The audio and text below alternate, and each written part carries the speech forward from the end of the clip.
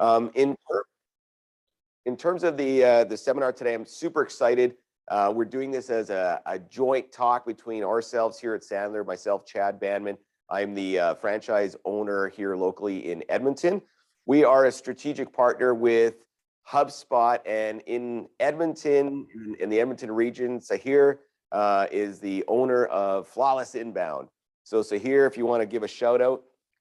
Hey everybody, thank you so much, Chad, for the opportunity to speak to the audience today, and definitely looking forward to presenting with you today and learning from you and from the other team members as well. Awesome. So you're going to get a double dose of information. You're going to get it from Sahir. He's going to talk to the RevOps side. He's got a ton of experience in implementing technology that supports revenue operations. He's going to give you an explanation of what it is, what it isn't, and how to do it, and what some of the problems with it are. So full disclosure, like we said, Sahir is tied with HubSpot. So some of you are going, well, why doesn't he talk about Salesforce, or why doesn't he talk about Pipedrive? Because that's not who we're associated with. So it is not a pitch for HubSpot, but we use the tool. We think it's amazing. So we are going to be referencing it just in case anybody's wondering why we're talking about HubSpot. The other part of it, of course, Sandler, we're the training side and we're the ops side. We're going to be referring to some things that are connected to Sandler training. So full disclosure, we're completely 100% biased in our information, but we believe you're going to get a lot of good stuff out of this in terms of structuring your sales operations and your revenue operations.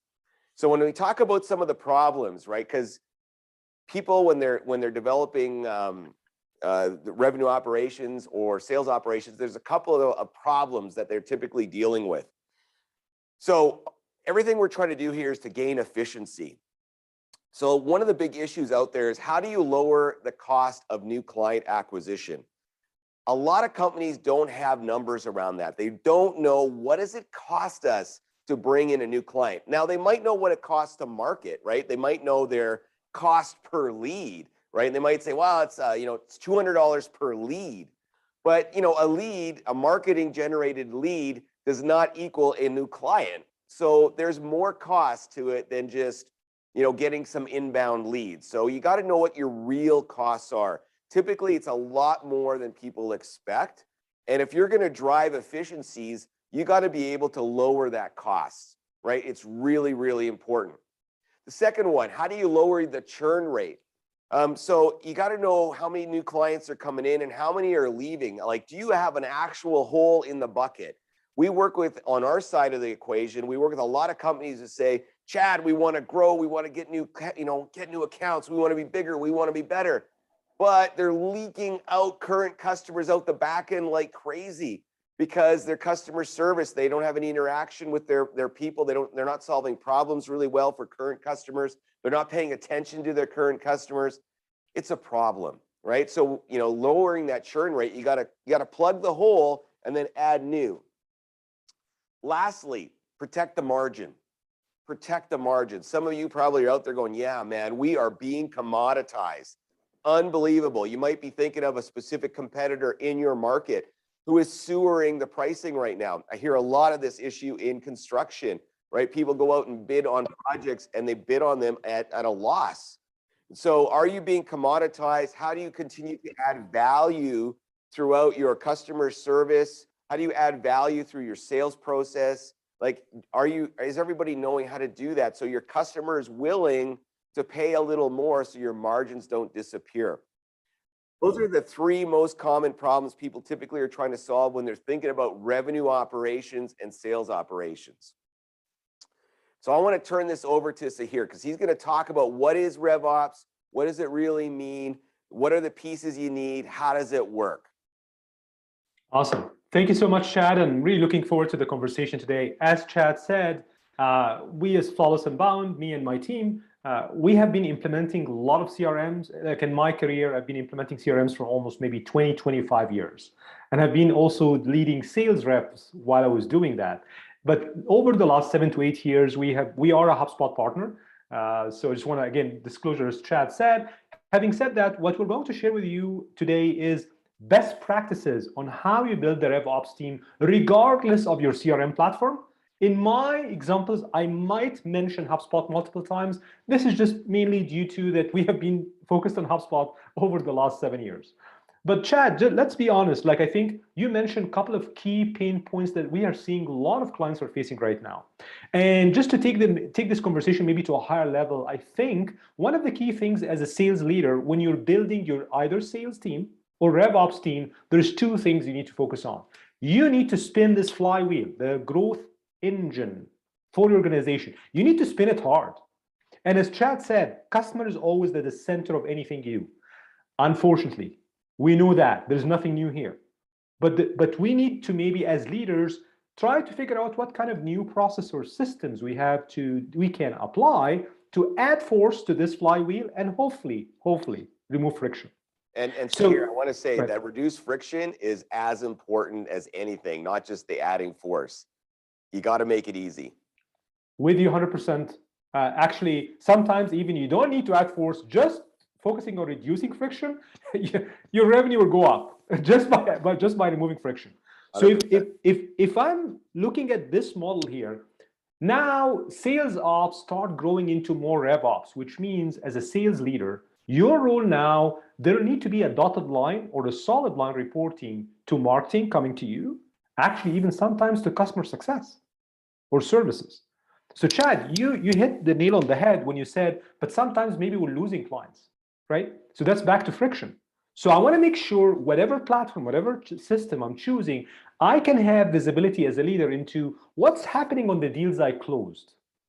Are they happy? Or am I having my sales rep reach out to them in absolutely the wrong time where things are actually blowing up, right? So now I don't become another just provider. I don't become another commodity. I have my uniqueness, it's clear.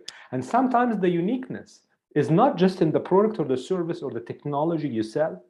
Sometimes the uniqueness is in the business operation, in the business model, how you really take care of your clients by action, not just by words. How do you make them feel? Absolutely. Beautiful. So when you have RevOps in operation, you will fix core three challenges. Number one, we're hearing from everybody that the sales rep are not efficient. Actually, only they sell 33% of the time. This means to me that you have a leaky funnel. You have leaky focus of your sales rep. If now we're facing with relationship problems, that business-to-business buyers are being more intelligent than our sales rep, then we have a problem. If now as a sales leader, you're saying, hey, I'm coaching my team, I'm spending a lot of time one-on-one coaching beside my sales forecast, right? Yet 50% of your team members, they're saying, I'm not getting enough coaching from Seher, then we have a problem. So when you apply this model called RevOps, hopefully it can address those three core challenges. So RevOps is a framework. It's not a program. It's not a campaign. It's a framework. You apply it as a new engine in your organization. And hopefully everybody can see my slides. It's kind of the shield that will take care of your core business, your clients. But then at the same time, it focuses on three things. Number one, the handoff between sales, marketing, and not only sales marketing now, it's sales marketing and services. So those are the three different handoffs. Number two, it brings modernization to your operation. So there will be a technology layer, call it a CRM platform, call it a reporting platform, it doesn't matter.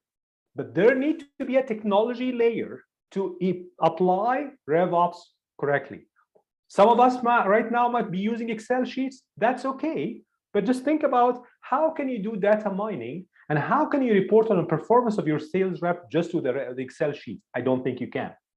And then think about scalability. How can you scale around that? All those kind of things.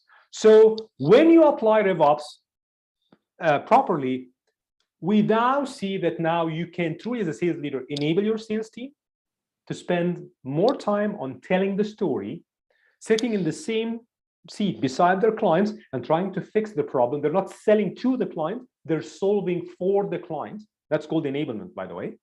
Alignment, now your sales rep is not forcing the client through a static, rigid sales process. They're actually more agile. They can move back and forth in the sales process to actually increase deal velocity, because now the client feel more empowered to take their time and to evaluate you and your service.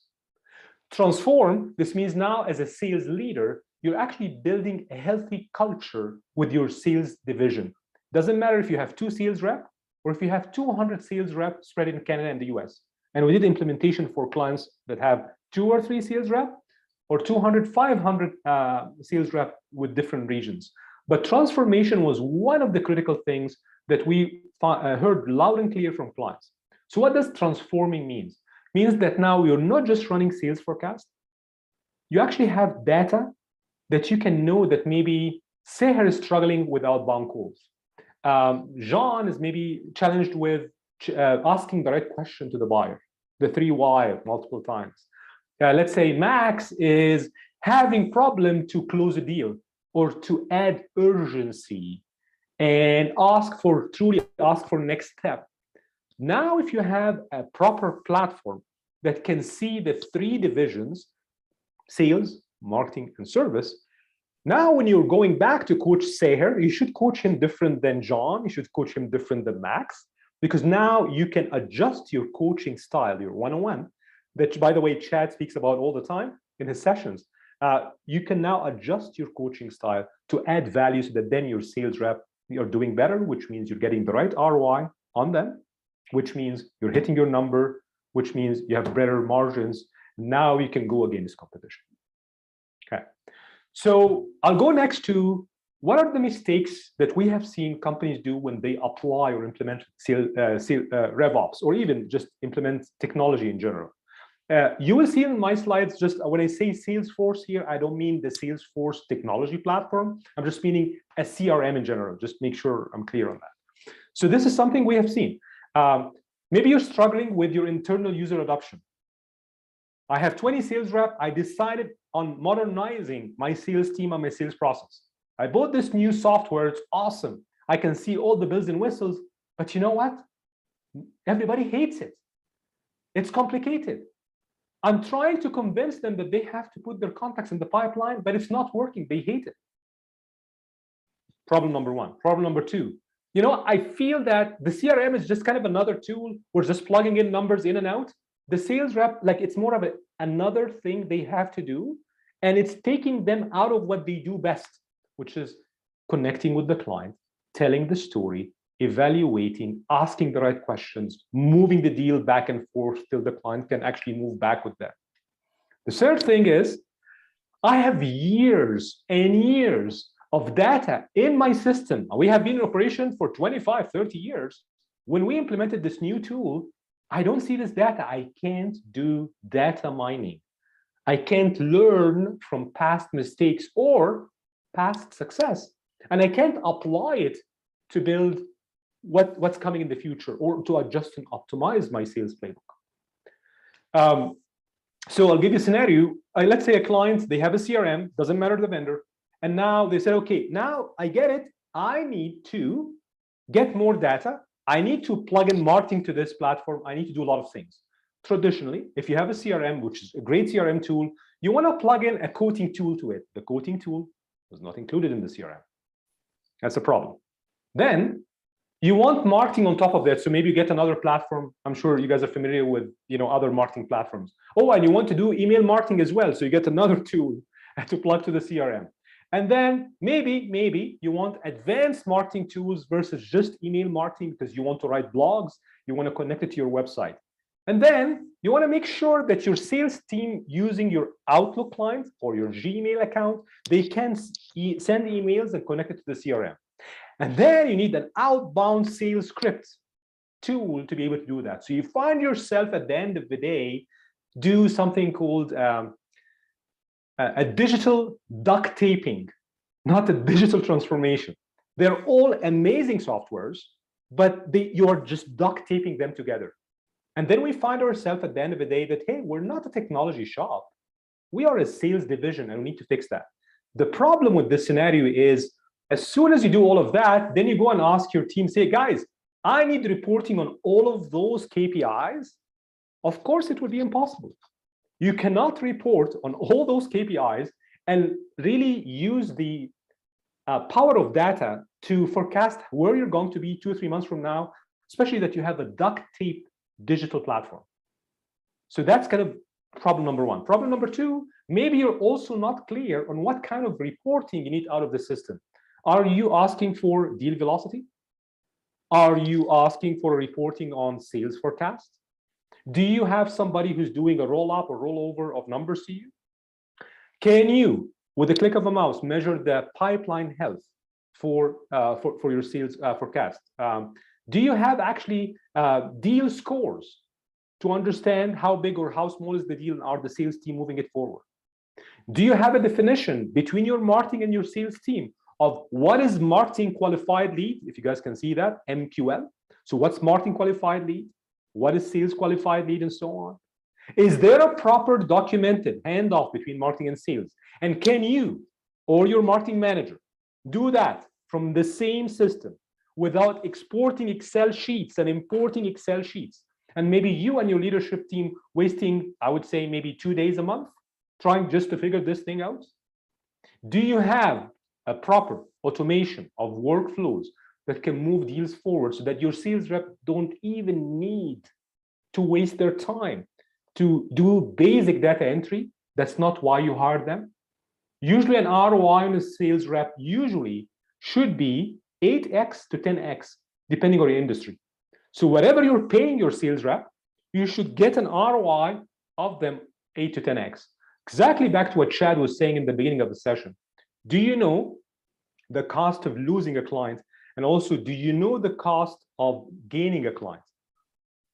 Do you have a proper unit economics in your CRM that define two numbers? And I hope you guys will get the recording and you're writing notes.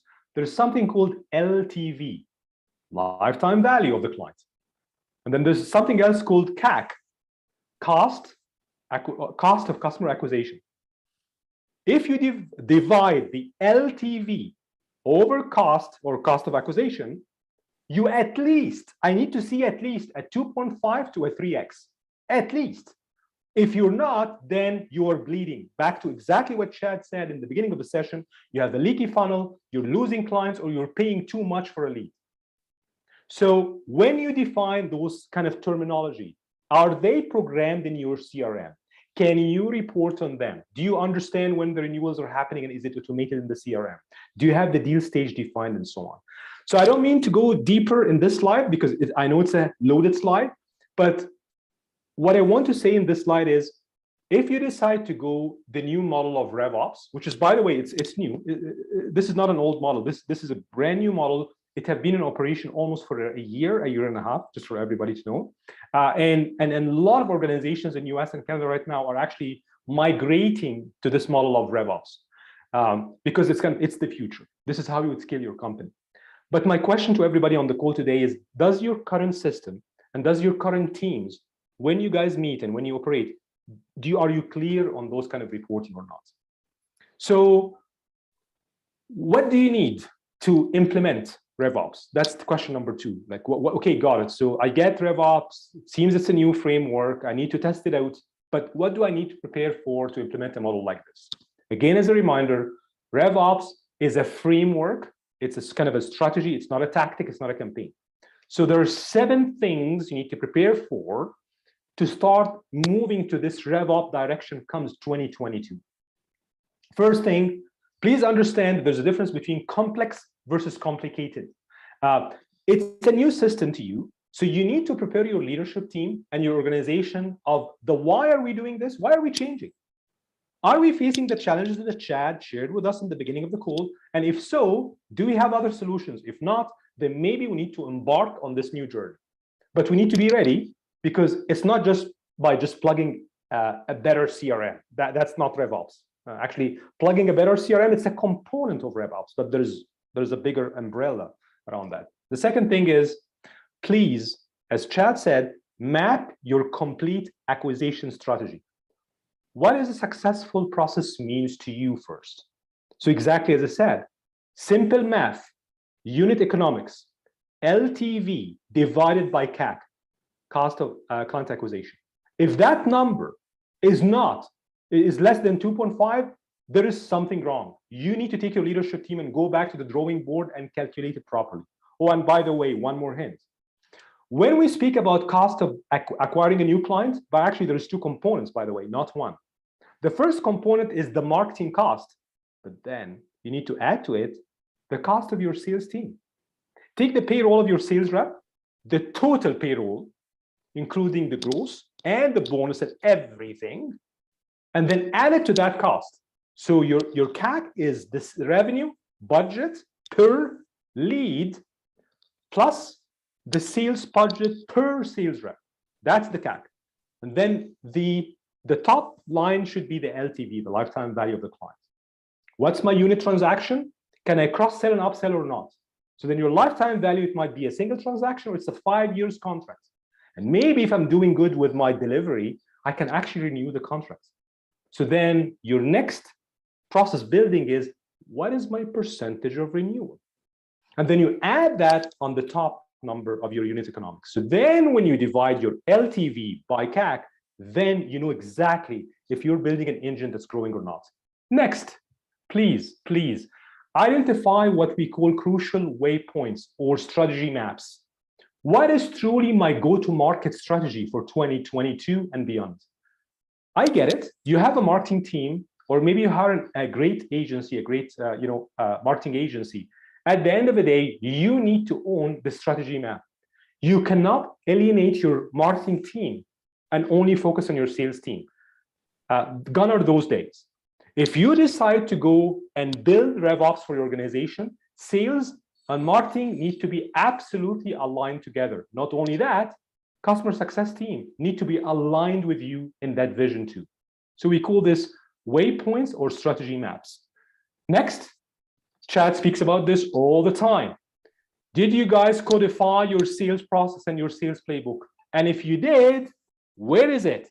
Is it on a piece of paper? Is it in an Excel sheet outside of your CRM? Or is it programmed in the CRM that all your sales rep need to follow it? I hear it from Chad all the time in all his sessions.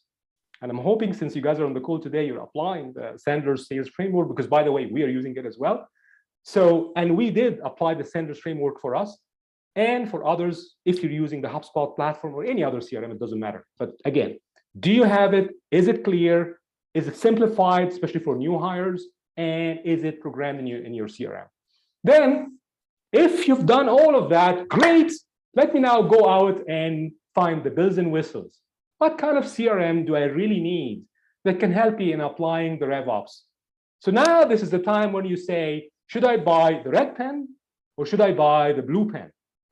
Of course, today we're hoping that you guys will buy the blue pen, but we'll speak about this later. But you guys got the idea, right? So RevOps are those steps. And you can see here in my slide, it's only in number what? Like 1, 2, 3, 4, only in number 5. When you then go out and shop for the right system for you, okay? And then you try to establish a cross-functional team. And yes, sometimes there will be friction. We understand friction is part of growth. And as leaders, we have seen this in all our careers, right? There's friction in hiring. There's friction in maintaining the talent in your sales organization. There's friction in connecting between your sales and marketing team. There's friction of connecting your sales and marketing to your delivery team. There's friction in competition and outside marketing. There is friction in maintaining your contracts and renewing your contract. We get that. We're used to that, right? But the idea is, do you have a cross-functional team from those divisions so that when you decide to go the RevOps way, they're actually aligned with you? And let me tell you something about alignment. Aligned doesn't mean that we're sitting in the boardroom, nodding our head, and then we get out of the boardroom, everybody's still doing what they're kind of used to do. Alignment means there is a bi-weekly meeting, we're all clear on our KPIs, and we're reporting on those KPIs. And everybody's accountable for what it means to really report on that. Then the final thing is accountability, of course, and give it a try. Give it an honest try and see how it will work for your organization. 7 key factors of success if we decide to go the RevOps way. We have helped a lot of organizations go there, but at least that will hopefully give you guys a step on how to do that. So when you decide now to apply RevOps organization, how it should look like. Here's how it should look like. I need a single platform. I don't need multi-platform. I need a single database. I don't care if you call it marketing, if you call it sales, if you call it customer delivery, it needs to be in a single database, a single system. I don't have time to learn new systems. My sales team don't have time to learn new systems. I want to click on a contact in this whatever platform. I need to know how many deals happened before, how many deals can I sell in the future. I need kind of an alert to tell me, oh, there's an opportunity for cross-selling and upselling, things like that. I need to make sure that I can log in from anywhere, mobile device, desktop, wherever I am. Don't tell me about VPN anymore.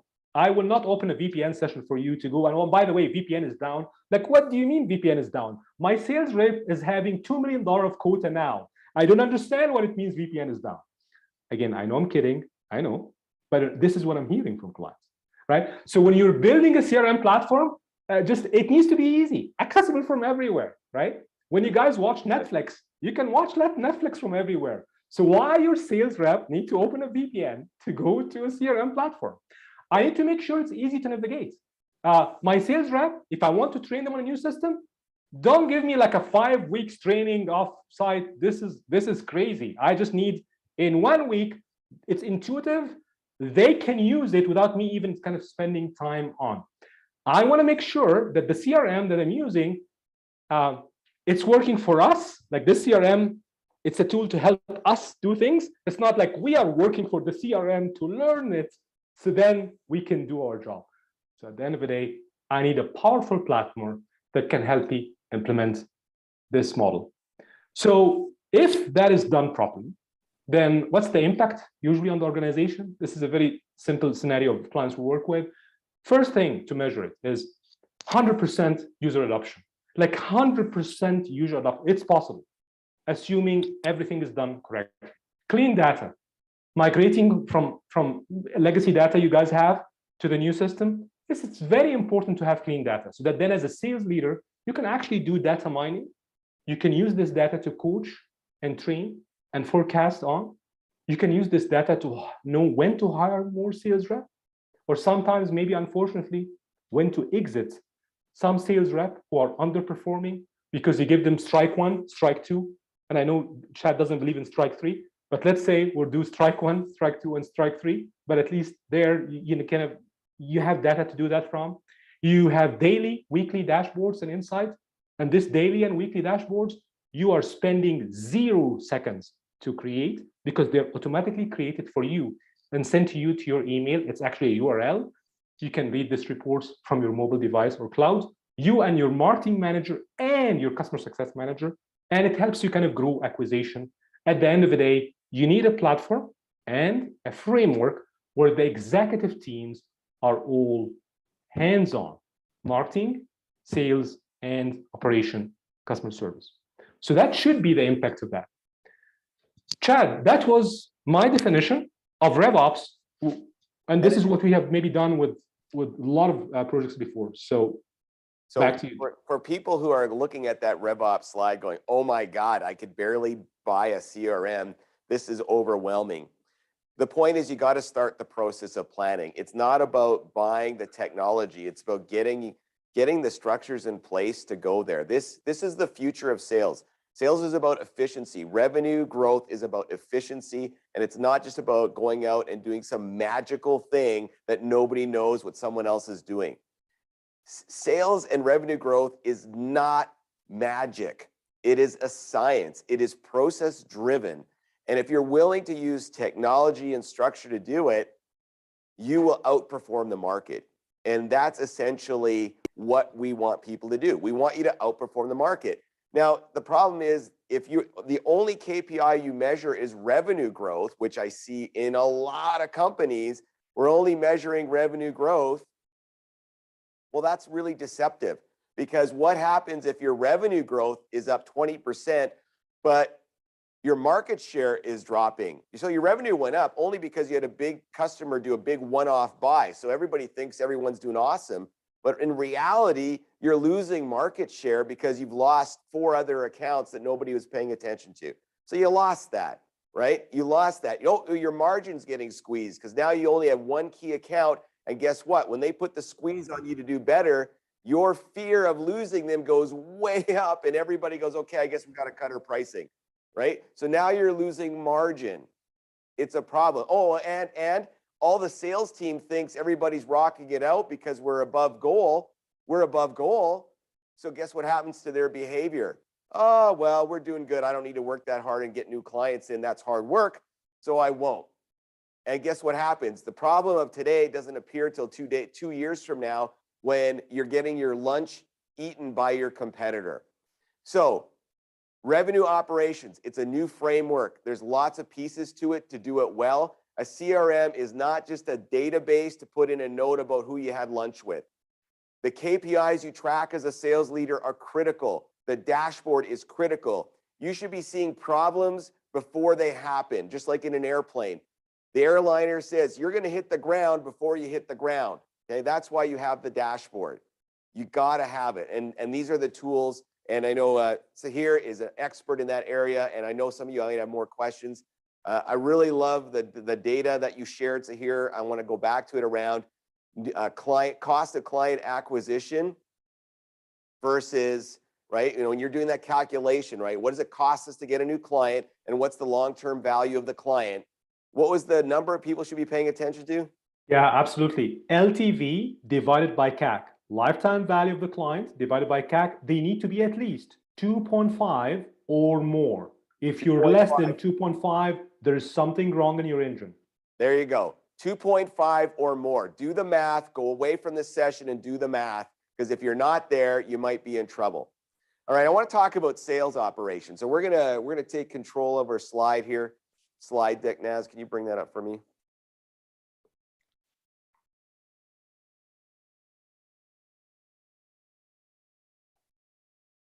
Just a second as we bring it up.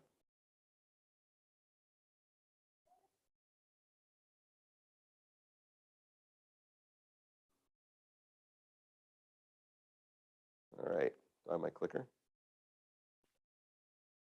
There we go. Okay. All right. Sorry for that little bit of a delay. So what we have is, I don't think we see your slides.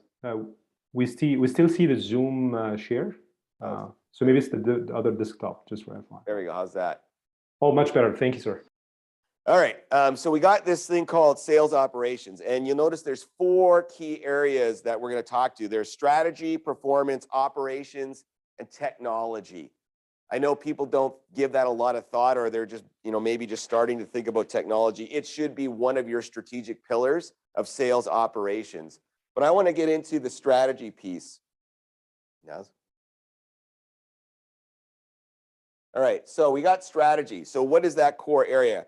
When we're building out our sales strategy, there's things like goal setting, there's sales process optimization, there's understanding the data, there's sales forecasting, all of these things. Now, a lot of you might be in sales forecasting mode. And here's the issue I see in this area. A bunch of executives get around the boardroom table. They have no historical data. They don't have any technology. They have no dashboards.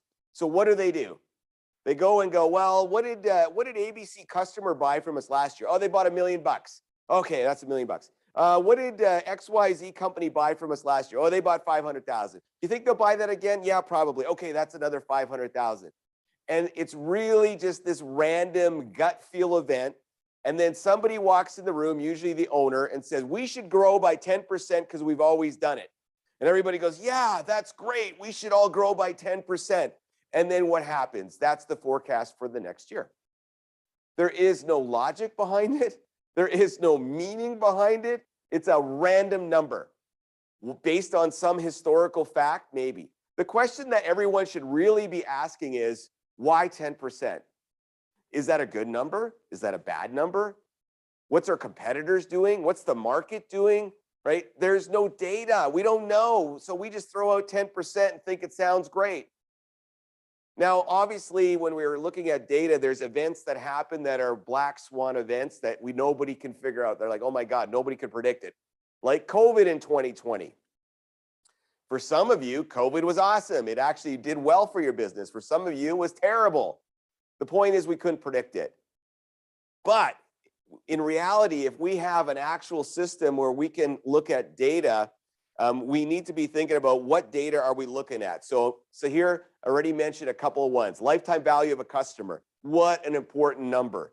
Massively important number. Cost of client acquisition. Massive number. Do you know what it is?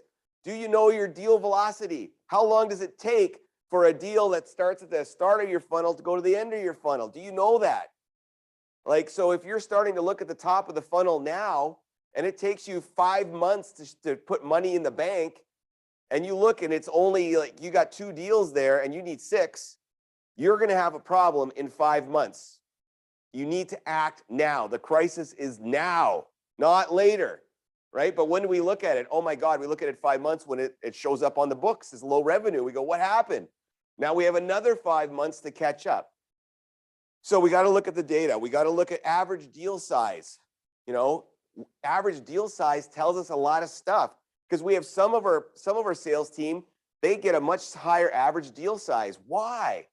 Are they better at cross-selling and upselling? Do they understand the product better? Are they more comfortable selling different services than some other people? Do we have a training problem? Do we have an acceptance problem that product or service is any good? Or does that market, the geographic market that we're selling into, is that the problem? In other words, we have different competitors in that market and we can't have the same pricing model. But we can't have those discussions if we're not looking at the data. The data starts giving us like questions that we need to start asking. We need to go, what's important here? What do we need to pay attention to? Why do we need to pay attention to it? The data is and the other key element of data is it's not emotional. Because what happens when you talk to a sales team about a problem, a lot of times they'll get defensive and they'll go, yeah, but you don't understand, or you don't get it, or you don't know how hard it is, right? I'll never forget, we had a sales meeting one time many years ago, and there was discussion about dropping a particular product, and it was a color. It was like red or something. And they decided, yeah, we're going to drop red. And I remember a salesperson standing up in the room going, no, I had my biggest sale last year because of red. But the data said only 2% of our customers bought red. And by the way, we had to inventory $1 million worth of stuff just to do it. It made no sense for the company, right? That's what data does. It lets us make strategic decisions, and we need a tool that gives us data. We don't have any data, we're running blind. Setting goals that matter. Here's the other thing. So we talked a little bit about forecasting and goal setting. The goals matter when you understand the territory you're selling into. The goals matter when they're connected to products or services, changes that you're going to make in 2022 that will allow you to generate more revenue. You can change the goals, you can change the metric, you can change the bar. You also have to know the why behind the goal. If you're going to get the team kind of excited and pumped about hitting the targets, they got to be connected to the mission and vision of the company. If you as an executive leadership don't know why your company exists, and you can't say the impact you have on your customers and your clients and how that makes their lives better or different, you need a communication plan to do that. Salespeople don't get excited about hitting new targets and goals, frankly, that make the customer, make the ownership more money. That's not exciting to them. Of course, it's got to be connected to their compensation. And I know a lot of you on this call might believe that salespeople are all motivated by money. That is not true. They will tell you they're motivated by money, but if you have a compensation plan that's got a lot of variable pay in it, you will realize they're not, because they'll only want to work to a certain level and then they typically plateau.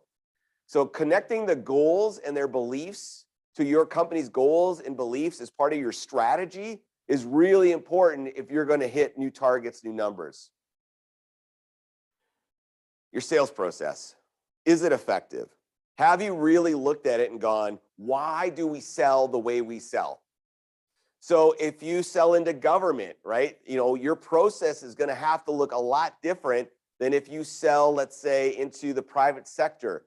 If you sell to small businesses versus large businesses, your process has to match that industry, that sector, and the size. You have to go, are we efficient? Where do we have waste in our sales process? Where do we need to bring more people in to add value, right? Like, so for example, if we have an RFP sales process where we got to do a request for proposals or something like that. Let's say government.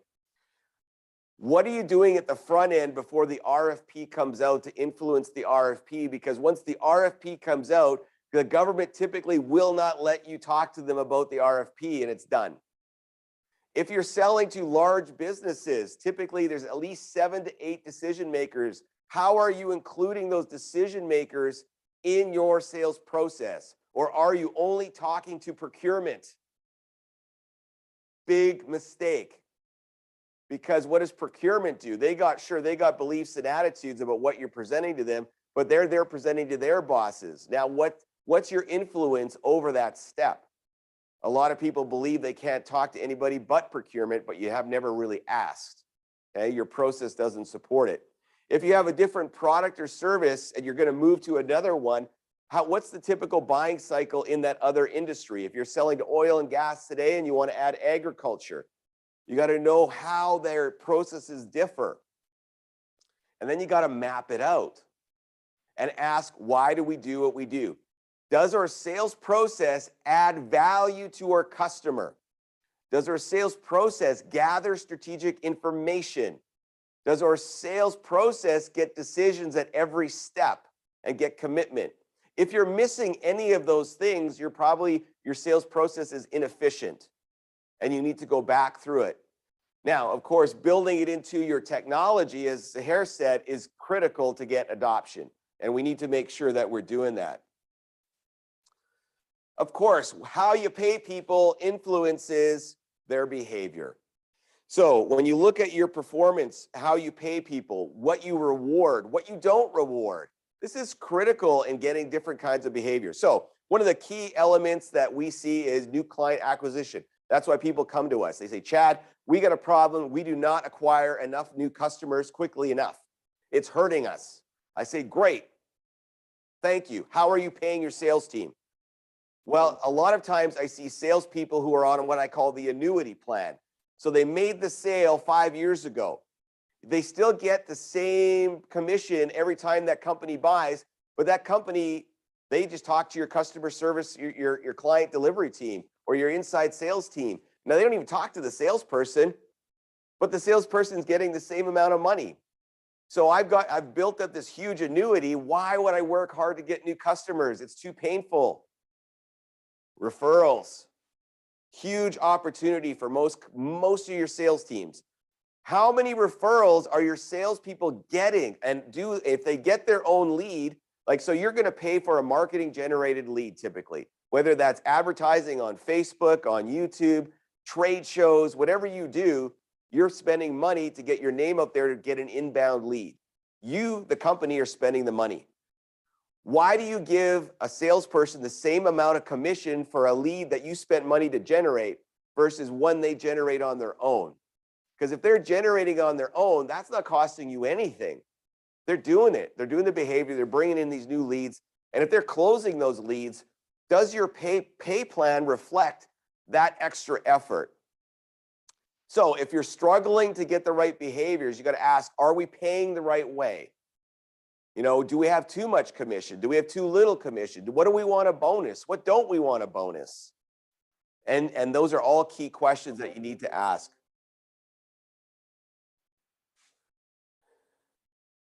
Your sales process, is it documented? This is so critical. Too many clients that we run into, everybody on the sales team has a different way of running the sale. There's zero consistency. Now, if you could imagine that in your accounting department, everybody in accounting had their own way of running, I don't know, a payable. Or let's say your safety department, everybody had their own way of running an investigation when it came to a safety incident. What kind of chaos would you have? How much repeatability? How would you even analyze the data? You couldn't, because it would be all over the place.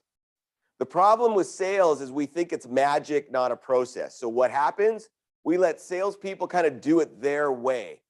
Or we let salespeople kind of go, yeah, but Bill's different, Sally's, everybody's different. And we accept it. Why? Because we haven't built out our best practices. We haven't documented our sales processes. Now, is there an exception to every sales? Can there be exceptions? 100% there can be. There are exceptions at times.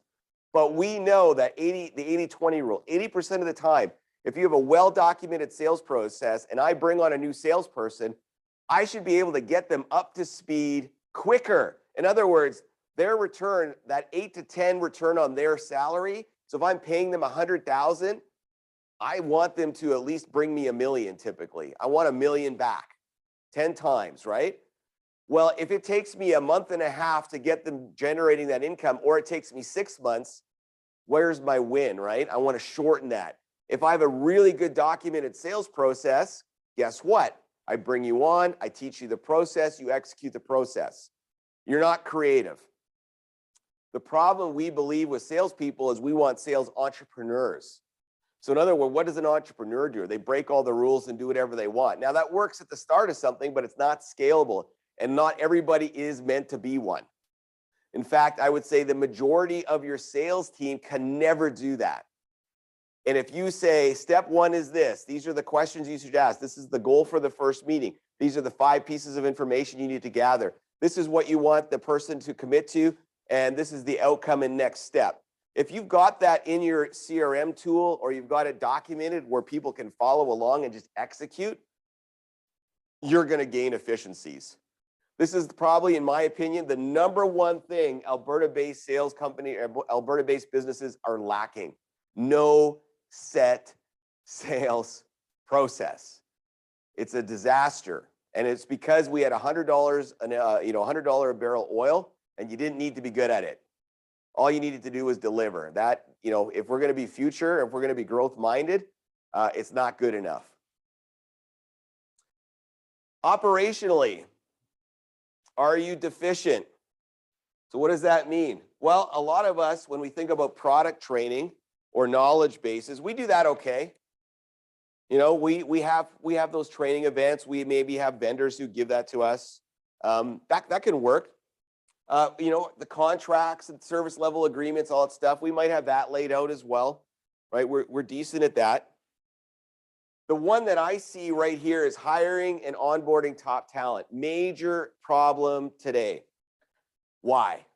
Lack of people applying for sales positions. A lot of my clients are struggling. Now, if you think of the traditional methodology about finding top-level talent, what do people do? HR goes and builds a little boring job description, throws it on Indeed, and hopes people apply. Now, if there's 1,000 people in the pool, yeah, you're going to get responses and you probably will find somebody, but it's very passive. If you are going to develop an A team, if you're going to have a team that outperforms the market, typically when you have 10 salespeople, only 1 to maybe 2 are A-level performers. A-level performers are people who hit their quotas and then some every single year. So they exceed their quotas typically by 10% minimum. What do we have? Mostly B-level performers. So if you have 2 A-levels, you probably have 6 B-levels. Sometimes they hit their targets and quotas, sometimes they don't. They're good people, you don't want to let them go. But they're inconsistent, they're all over the place. And lastly, you got maybe 2 C-level performers who are not hitting targets and are sucking up all your coaching time, all your training time, and you're trying to get them better. If your hiring process is locked in, I guarantee you could go from 2 A-levels to 4 A-levels on a team of 10. And what would that mean for your company? Well, it would free you up from all the time you spend fixing, troubleshooting, and firefighting that you're currently doing with your C-level performers. It would be a massive impact. But if you're going to do that, you have to spend time being proactive in that process. In other words, using tools like LinkedIn, searching for salespeople even when you don't have a position open, looking internally. Who do we have internally who could fit an outside sales role? How will we develop them? What would we do, right? How would we get them to that next level? Internal, great place to look. Referrals. Who can introduce you to people who are top-level performers? Do you have a plan? Are you constantly meeting top talent in sales? If you're not, you're like everyone else and you're fighting over the same small pool. The other part of it is building, of course, the right culture to attract the right people, the right opportunities. If I come to you and say, not only have I got a plan, I've got a sales process that guarantees you, if you follow it, you're going to hit your target and then some, which means you could probably exceed the dollars you're making today. Think of how attractive that is to a salesperson versus, yeah, I don't know, come in, sit with Sally or Bill. Hopefully you figure something out and maybe you're successful, maybe you're not. That's not very trustworthy. Market intelligence support.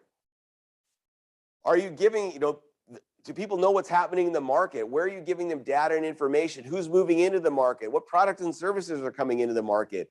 Like that helps you create confidence because you know what you're up against. You know what your biggest competitor is doing. You know what the unknown competitor is going to do. Who's coming in, right? You can be prepared. And when you're prepared, you can create a plan. And when you create a plan, you can create action. All very critical. Sales training. 99.9% of companies I meet, when I say, what's your budget for sales training? They go, we don't have one. Now, I would love everybody on this call to be spending money with me on a yearly basis. Of course, right? We do sales training. The point is, when do you stop sharpening the saw of a sales team? New technologies coming out, videos coming out, new challenges are coming out, new competitors are coming out. How are you developing your team to be top level? If you don't put money aside for training, you're missing the boat. If your value statement says we're all about our people, but you have no budget for sales training, I question your value statement, right? Training is not an option if you're going to have high-level, high-performing sales teams. It's not an option. And if you have people on your team who say, I don't want to commit to that, well, they're a finished product. And do you want to keep them on your team? Because the world is changing at such a rapid pace. And if you have people who are unwilling or unable to change, I guarantee you, you will not outperform the market. You will get eaten for lunch.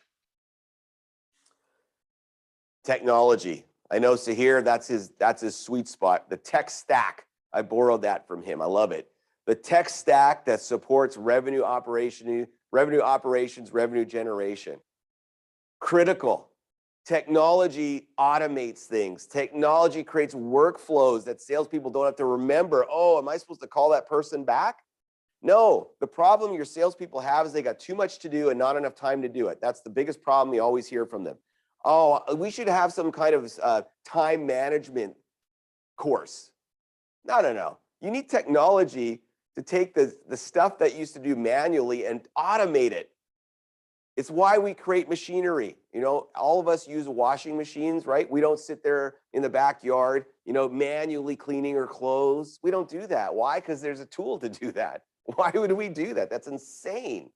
Why do salespeople sit there and manually create lists and then use a notebook to call people and hope they're ready to buy versus having kind of a lead score that says this person has interacted with your website 14 times and has downloaded 3 pieces of information from it? Maybe you should call them, because guess what's going to happen to your timeline to convert? It's going to go from like here, because you're calling 50 people who aren't ready to buy, to here, because now you're calling the people who said, I'm ready, I'm interested, I got a problem, and I'm on your website trying to figure it out.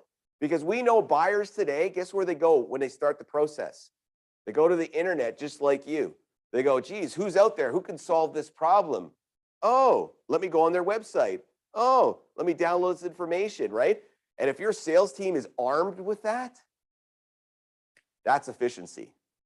That's efficiency, right? So that's the CRM, right? CRMs do that stuff. CRMs drive their behavior. CRMs should tell them who to talk to today and who not to talk to, right? They shouldn't be making those decisions. I call it Steve Jobsing it. I love Steve Jobs because he used to wear a turtleneck every single day. And people said, why do you wear a black turtleneck? He goes, because I want to preserve my brain to think about things that matter, not what to wear. If your salespeople are sitting there going, who do I talk to today? And who should I call? And I don't know, who should I present this information to? If they're doing that, they're not efficient, right? This tool should help you do some of that stuff. So here already talked about this. Data in multiple places. This is a killer.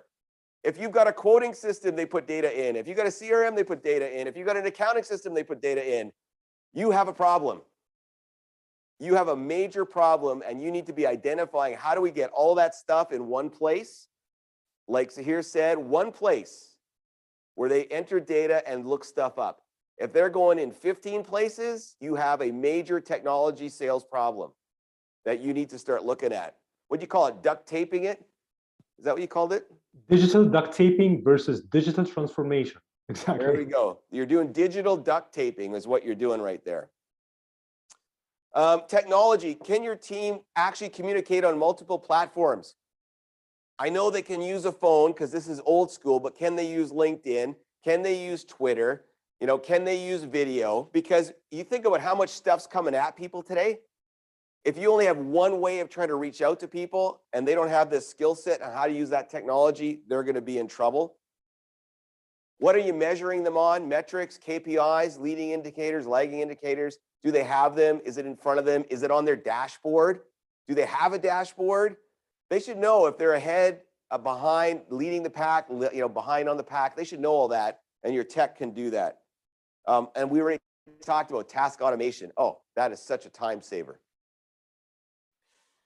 So there's lots here, right? There's lots here, and some of you might have questions. Some of you might have concerns. Here's the thing. Ask yourself this question. Where are we today when it comes to RevOps? Is this a framework we should be talking to people about? How are we in alignment with marketing, customer service engagement, right? Customer success and sales. Are they in alignment? Do we have friction all over the place? Do you think we could use technology to solve some of that? You need to call Sahir. You need to call him. You need to reach out to him because that's a problem he helps solve. If your other problem is, yeah, we got some of that, but we got to be better. We don't have any sales training. We don't know how, we don't know what our sales process even is. We don't have a playbook. If that's your problem, we absolutely can help with Sandler training. And if it's a combo, me and Sahir work together on it. So we are going to go through. Here's what we have everybody's emails who actually reached out. My plan is, we are going to reach out to you with an email and just say, hey, you were on the call today, you heard it. Are any specific problems that you'd love to engage with us on? If so, when can we meet? When can we talk? I promise you it's an investigation, not a sales pitch. We want to see if we really can help you or not, right? So emails are up here, chad.banman@sandler.com, Sahir@flawlessinbound.ca. Sahir, anything you want to say and wrap up?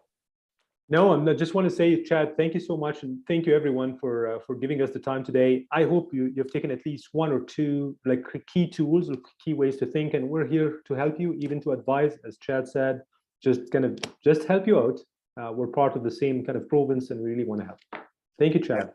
And if anybody has any pressing questions before we drop off today, I know we didn't really stop to ask, but if you want to unmute and just say, hey, Chad, what about? Or hey, Sahir, what about? We'll hang out here for a few more minutes and happy to answer it.